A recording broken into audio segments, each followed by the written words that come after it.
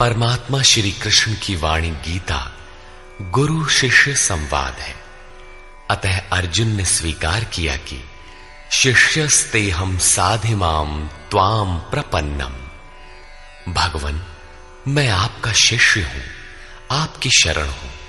मुझे वो उपदेश दीजिए जिससे मैं परम श्रेय को प्राप्त हो जाऊं। अतः उस परम गुरु के चरणों में गीता आरंभ करने से पूर्व ये स्तुति गुरु वंदना प्रस्तुत की जा रही है।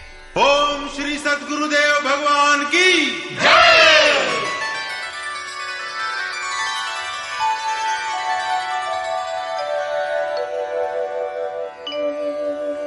जय सद्गुरुदेवं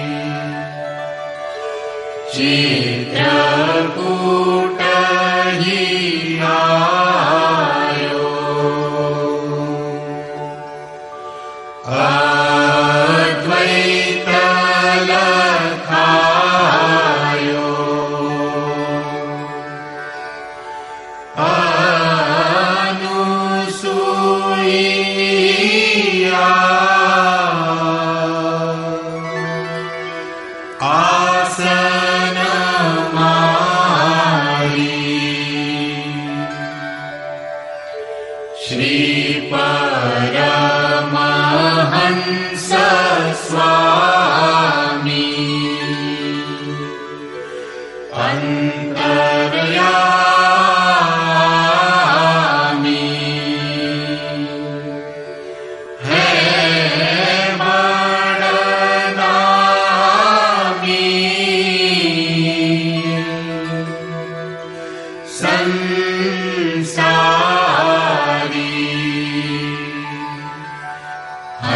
सनहितकारी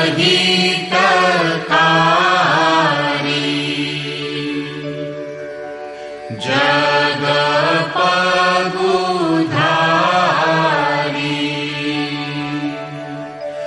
गर्वप्रहारी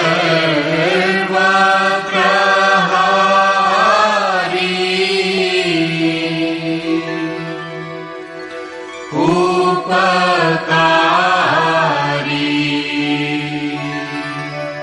सतपन्थ चलायो भरम मिटायो रूप लखायो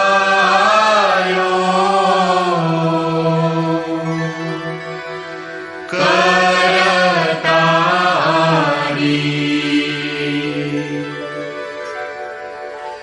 यह शिष्य है तेरो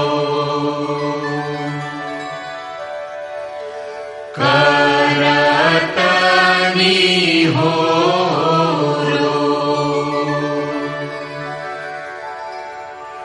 मोह पर हेरो प्राणधारी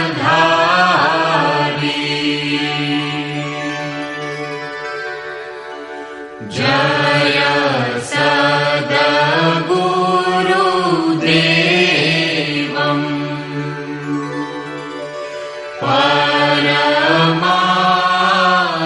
परमानन्दम् अमर शरीरम्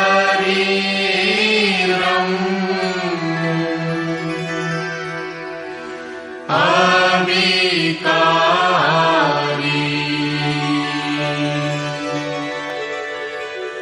निरगुण निरमूलम्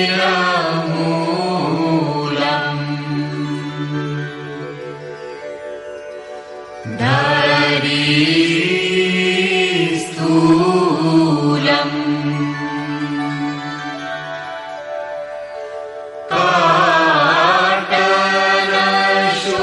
काटलशूलम्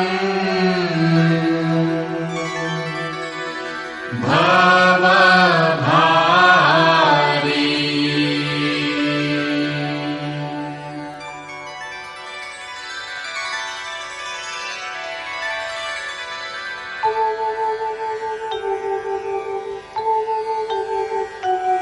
ओम जय गुरुदेव जय गुरुदेव जय गुरुदेव जय गुरुदेव ओम जय गुरुदेव जय गुरुदेव जय गुरुदेव जय गुरुदेव ओम जय गुरुदेव जय गुरुदेव जय गुरुदेव जय गुरुदेव।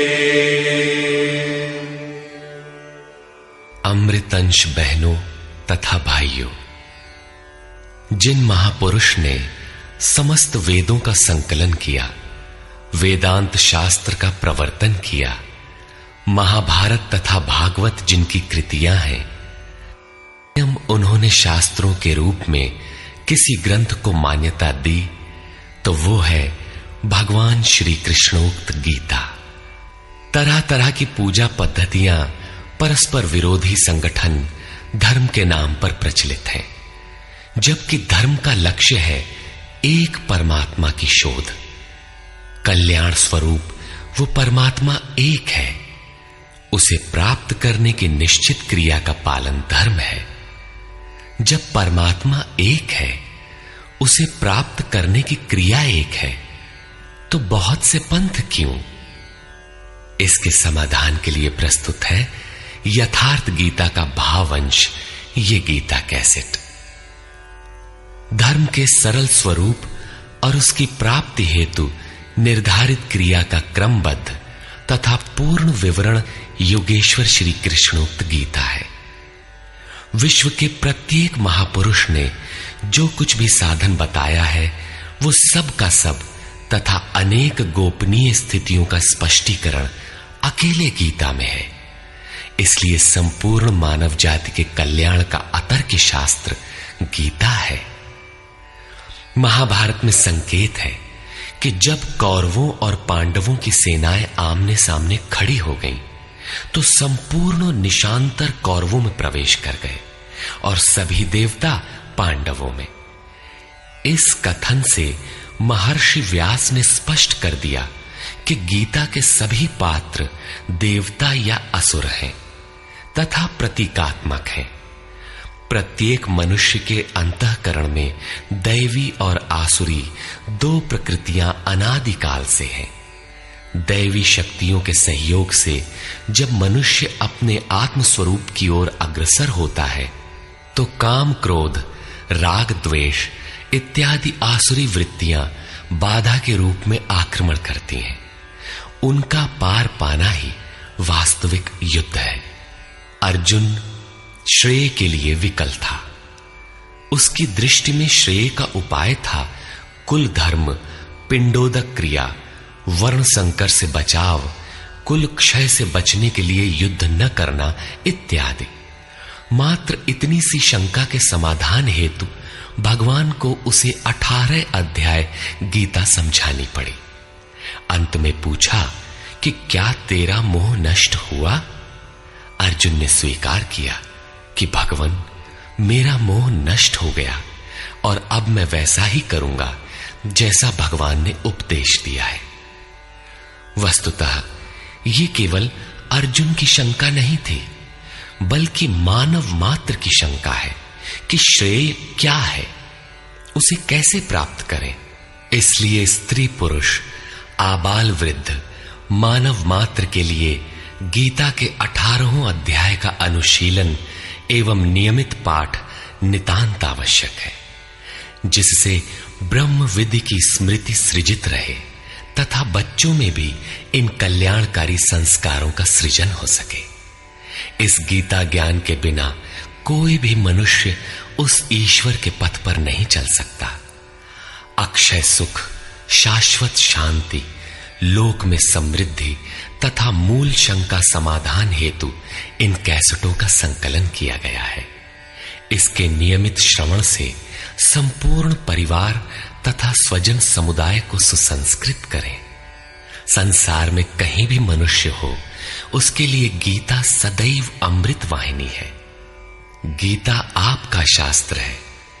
गौरव का विषय है कि 5000 वर्ष से भी अधिक अंतराल के बाद श्री कृष्ण का यथार्थ गायन आपके सम्मुख है।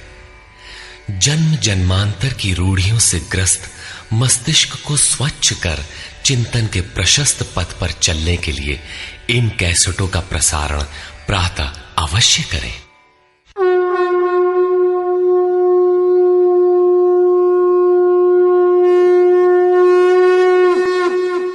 ओम श्री परमात्मने नमः। यथार्थ गीता, श्रीमद् भगवत गीता, अथ प्रथमो अध्यायः।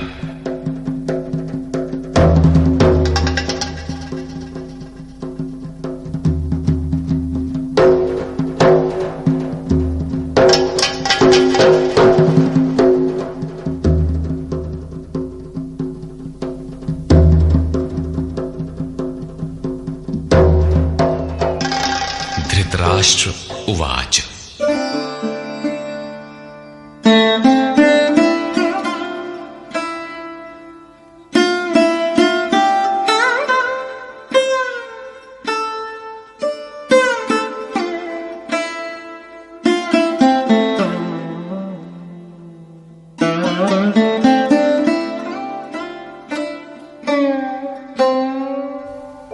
धर्मक्षेत्रे कुरुक्षेत्रे समवेता युयुत्सवः मामकाः पाण्डवाश्चैव किमकुर्वत संजय।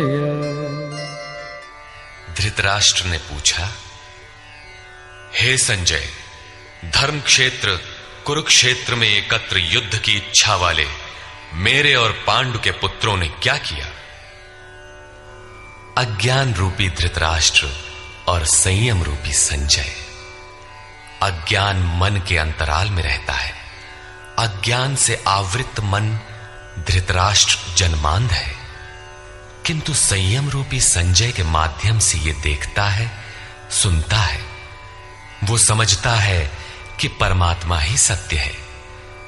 फिर भी जब तक इससे उत्पन्न मोह रूपी दुर्योधन जीवित है, इसकी दृष्टि सदैव कौरवों पर रहती है, विकारों पर ही रहती है। धर्म एक क्षेत्र है। जब हृदय देश में दैवी संपत्ति का बाहुल्य होता है तो यह शरीर धर्म क्षेत्र बन जाता है, और जब इसमें आसुरी संपत्ति का बाहुल्य होता है तो यह शरीर कुरुक्षेत्र बन जाता है। कुरु अर्थात करो। यह शब्द आदेशात्मक है। भगवान श्री कृष्ण कहते हैं, प्रकृति से उत्पन्न तीनों गुणों द्वारा परवश होकर मनुष्य कर्म करता है। वो क्षण मात्र भी कर्म किए बिना नहीं रह सकता। गुण उससे करा लेते हैं। तीनों गुण मनुष्य को देवता से कीट पर्यंत शरीरों में ही बांधते हैं। जब तक प्रकृति और प्रकृति से उत्पन्न गुण जीवित हैं, तब तक कुरु लगा रहेगा। अतः जन्म मृत्यु वाला क्षेत्र, विकारों वाला क्षेत्र कुरुक्षेत्र है, और परम धर्म परमात्मा में प्रवेश दिलाने वाली पुण्यमयी प्रवृत्तियों का क्षेत्र धर्म क्षेत्र है। पुरातत्वविद पंजाब में काशी प्रयाग के मध्य तथा अनेकानेक स्थलों पर कुरुक्षेत्र की शोध में लगे हैं, किंतु गीताकार ने स्वयं बताया है कि जिस क्षेत्र में यह युद्ध हुआ वो कहां है। इदम शरीरम कौन्तेय क्षेत्र मित्य भिधीयते। अर्जुन, ये शरीर ही क्षेत्र है, और जो इसको जानता है, इसका पार पा लेता है, वो क्षेत्रज्ञ है। आगे इन्होंने क्षेत्र का विस्तार बताया, जिसमें 10 इंद्रियां, मन, बुद्धि, अहंकार, 5 विकार और 3 गुणों का वर्णन है। शरीर ही क्षेत्र है, एक अखाड़ा है। इसमें लड़ने वाली प्रवृत्तियां 2 हैं, दैवी संपद और आसुरी संपद। पांडु की संतान और धृतराष्ट्र की संतान सजातीय और विजातीय प्रवृत्तियां। अनुभवी महापुरुष की शरण जाने पर इन दोनों प्रवृत्तियों में संघर्ष का सूत्रपात होता है। यह क्षेत्र क्षेत्रज्ञ का संघर्ष है, और यही वास्तविक युद्ध है। विश्व युद्धों से इतिहास भरा पड़ा है, किंतु उनमें जीतने वालों को भी शाश्वत विजय नहीं मिलती। ये तो आपसी बदले हैं। प्रकृति का सर्वथा शमन करके प्रकृति से परे की सत्ता का दिग्दर्शन करना और उसमें प्रवेश पाना ही वास्तविक विजय है। यही एक ऐसी विजय है जिसके पीछे हार नहीं है। यही मुक्ति है जिसके पीछे जन्म मृत्यु का बंधन नहीं है। इस प्रकार अज्ञान से आच्छादित प्रत्येक मन संयम के द्वारा जानता है कि क्षेत्र क्षेत्रज्ञ के युद्ध में क्या हुआ। अब जैसा जिसके संयम का उत्थान है, वैसे वैसे उसे दृष्टि आती जाएगी। संजय उवाच। दृष्ट्वा तु पाण्डवानीकम् व्यूढम् दुर्योधनस्तदा आचार्यमुपसंगम्य राजा वचनमब्रवीत्। उस समय राजा दुर्योधन ने व्यूह रचना युक्त पांडवों की सेना को देखकर द्रोणाचार्य के पास जाकर ये वचन कहा। द्वैत के आचरण ही द्रोणाचार्य हैं। जब जानकारी हो जाती है कि हम परमात्मा से अलग हो गए हैं, वहां उसकी प्राप्ति प्राप्ति के लिए तड़प पैदा हो जाती है, तभी हम गुरु की तलाश में निकलते हैं। दोनों प्रवृत्तियों के बीच यही प्राथमिक गुरु है। यद्यपि बाद के सद्गुरु योगेश्वर श्री कृष्ण होंगे, जो योग की स्थिति वाले होंगे। राजा दुर्योधन आचार्य के पास जाता है। मोह रूपी दुर्योधन। मोह संपूर्ण व्याधियों का मूल है। राजा है, दुर्योधन दुरु अर्थात दूषित, योधन अर्थात वह धन। आत्मिक संपत्ति ही स्थिर संपत्ति है। उसमें जो दोष उत्पन्न करता है वो है मोह। ये प्रकृति की ओर खींचता है और वास्तविक जानकारी के लिए प्रेरणा भी प्रदान करता है। मोह है तभी तक पूछने का प्रश्न भी है, अन्यथा सभी पूर्ण ही हैं। अतः व्यूह रचना युक्त पांडवों की सेना को देखकर, अर्थात पुण्य से प्रवाहित सजातीय वृत्तियों को संगठित देखकर, मोह रूपी दुर्योधन ने गुरु द्रोण के पास जाकर यह कहा। पश्यैतां पांडुपुत्राणां आचार्य महतीं चमू व्यूढ़ां द्रुपदपुत्रेण तव शिष्येण धीमता। हे आचार्य, आपके बुद्धिमान शिष्य द्रुपद पुत्र धृष्टद्युम्न द्वारा व्यूहाकार खड़ी की हुई पांडु पुत्रों की इस भारी सेना को देखिए। शाश्वत अचल पद में आस्था रखने वाला दृढ़ मन ही धृष्टद्युम्न है। यही पुण्यमयी प्रवृत्तियों का नायक है। साधन कठिन न मन कर टेका। साधन कठिन नहीं, मन की दृढ़ता कठिन होनी चाहिए। अब देखें सेना का विस्तार। अत्र शूरा महेश्वासा भीमार्जुन समायुधि युयुधानो विराटश्च द्रुपदश्च महारथः। इस सेना में महेश्वासा, महान ईश में वास दिलाने वाले भाव रूपी भीम, अनुराग रूपी अर्जुन के समान बहुत से शूरवीर, जैसे सात्विकता रूपी सात्यकी, विराट सर्वत्र ईश्वरी प्रवाह की धारणा, महारथी राजा द्रुपद अर्थात अचल स्थिति, तथा धृष्टकेतुश्चेकितानः काशीराजश्च वीर्यवान् पुरुजित कुंती भोजश्च शैब्यश्च नरपुंगवः। धृष्ट केतु दृढ़ कर्तव्य, चेकितानः जहां भी जाए वहां से चित्त को खींचकर इष्ट में स्थिर करना, काशीराजः काया रूपी काशी में ही वो साम्राज्य है, पुरुजित स्थूल सूक्ष्म और कारण शरीरों पर विजय दिलाने वाला पुरुजित, कुंती भोजः कर्तव्य से भव पर विजय, नरों में श्रेष्ठ शैव्य अर्थात सत्य व्यवहार। युधामन्युश्च विक्रान्तः उत्तमौजाश्च वीर्यवान् सौभद्रो द्रौपदेयाश्च सर्व एव महारथाः। और पराक्रमी युधामन्यु, युद्ध के अनुरूप मन की धारणा, उत्तमौजाह शुभ की मस्ती, सुभद्रा पुत्र अभिमन्यु। जब शुभ आधार आ जाता है तो मन भय से रहित हो जाता है। ऐसा शुभ आधार से उत्पन्न अभय मन, ध्यान रूपी द्रौपदी के पांचों पुत्र वात्सल्य, लावण्य, सौम्यता, स्थिरता, सहृदयता सब के सब महारथी है। साधन पथ पर संपूर्ण योग्यता के साथ चलने की क्षमताएं हैं। इस प्रकार दुर्योधन ने पांडव पक्ष के 15-20 नाम गिनाए, जो दैवी संपद के महत्वपूर्ण अंग हैं।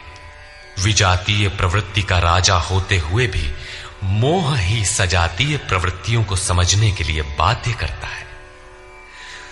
दुर्योधन अपना पक्ष संक्षेप में कहता है, यदि कोई बाह्य युद्ध होता तो अपनी फौज बढ़ा चढ़ा कर गिनाता।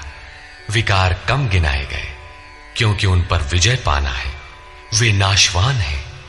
केवल 5-7 विकार बताए गए, जिनके अंतराल में संपूर्ण बहिर्मुखी प्रवृत्ति विद्यमान है। जैसे अस्माकं तु विशिष्टाये तान्निबोध द्विजोत्तम नायका मम सैन्यस्य संज्ञार्थं तान् ब्रवीमि ते। द्विजोत्तम, हमारे पक्ष में जो जो प्रधान हैं उन्हें भी आप समझ लें। आपको जानने के लिए मेरी सेना के जो नायक हैं उनको कहता हूं। बाह्य युद्ध में सेनापति के लिए द्विजोत्तम संबोधन असामयिक है।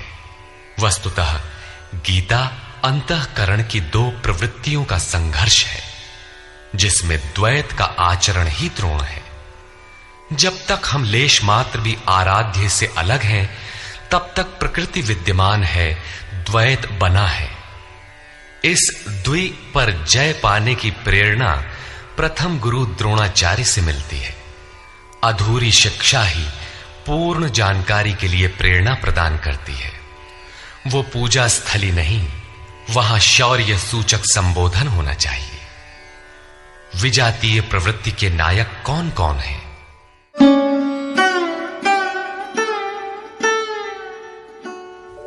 भवान् भीष्मश्च कर्णश्च कृपश्च समितिञ्जयः अश्वत्थामा विकर्णश्च सौमदत्तिस्तथैव च। एक तो स्वयं आप द्वैत के आचरण रूपी द्रोणाचार्य हैं। भ्रम रूपी पितामह भीष्म है। भ्रम इन विकारों का उद्गम है, अंत तक जीवित रहता है, इसलिए पितामह है। समूची सेना मर गई, ये जीवित था। शरशैया पर अचेत था, फिर भी जीवित था। ये है भ्रम रूपी भीष्म। भ्रम अंत तक रहता है। इसी प्रकार विजातीय कर्म रूपी कर्ण तथा संग्राम विजयी कृपाचार्य हैं। साधनावस्था में साधक द्वारा कृपा का आचरण ही कृपाचार्य है। भगवान कृपाधाम है और प्राप्ति के पश्चात संत का भी वही स्वरूप है। किंतु साधन काल में जब तक हम अलग हैं, परमात्मा अलग है। विजातीय प्रवृत्ति जीवित है, मोहमयी घिराव है। ऐसी परिस्थिति में साधक यदि कृपा का आचरण करता है तो वो नष्ट हो जाता है। सीता ने दया की तो कुछ काल लंका में प्रायश्चित करना पड़ा। विश्वामित्र दयार्द्र हुए, पतित होना पड़ा। योग सूत्रकार महर्षि पतंजलि भी यही कहते हैं, ते समाधा वुपसर्गा व्युत्थाने सिद्धयः। व्युत्थान काल में सिद्धियां प्रकट होती हैं, वे वास्तव में सिद्धियां हैं, किंतु कैवल्य प्राप्ति के लिए उतनी ही बड़ी विघ्न है जितने काम, क्रोध, लोभ, मोह इत्यादि। गोस्वामी तुलसीदास का भी यही निर्णय है। माया अनेक विघ्न करती है, रिद्धियां प्रदान करती है, यहां तक कि सिद्ध बना देती है। ऐसी अवस्था वाला साधक बगल से निकल भर जाए, मरणासन रोगी भी जी उठेगा। वो भले ठीक हो जाए, किंतु साधक उसे अपनी देन मान बैठे तो नष्ट हो जाएगा। एक रोगी के स्थान पर हजारों रोगी घेर लेंगे, भजन चिंतन का क्रम अवरुद्ध हो जाएगा और उधर बहकते बहकते प्रकृति का बाहुल्य हो जाएगा। यदि लक्ष्य दूर है और साधक कृपा करता है तो कृपा का अकेला आचरण ही समितिंजय समूची सेना को जीत लेगा। इसलिए साधक को पूर्ति पर्यंत इससे सतर्क रहना चाहिए। दया बिनु संत कसाई, दया करी तो आफत आई। लेकिन अधूरी अवस्था में यह विजातीय प्रवृत्ति का दुर्धर्ष योद्धा है। इसी प्रकार आसक्ति रूपी अश्वत्थामा, विकल्प रूपी विकर्ण और भ्रममयी श्वास ही भूरि श्रवा है। ये सभी बहिर्मुखी प्रवाह के नायक हैं।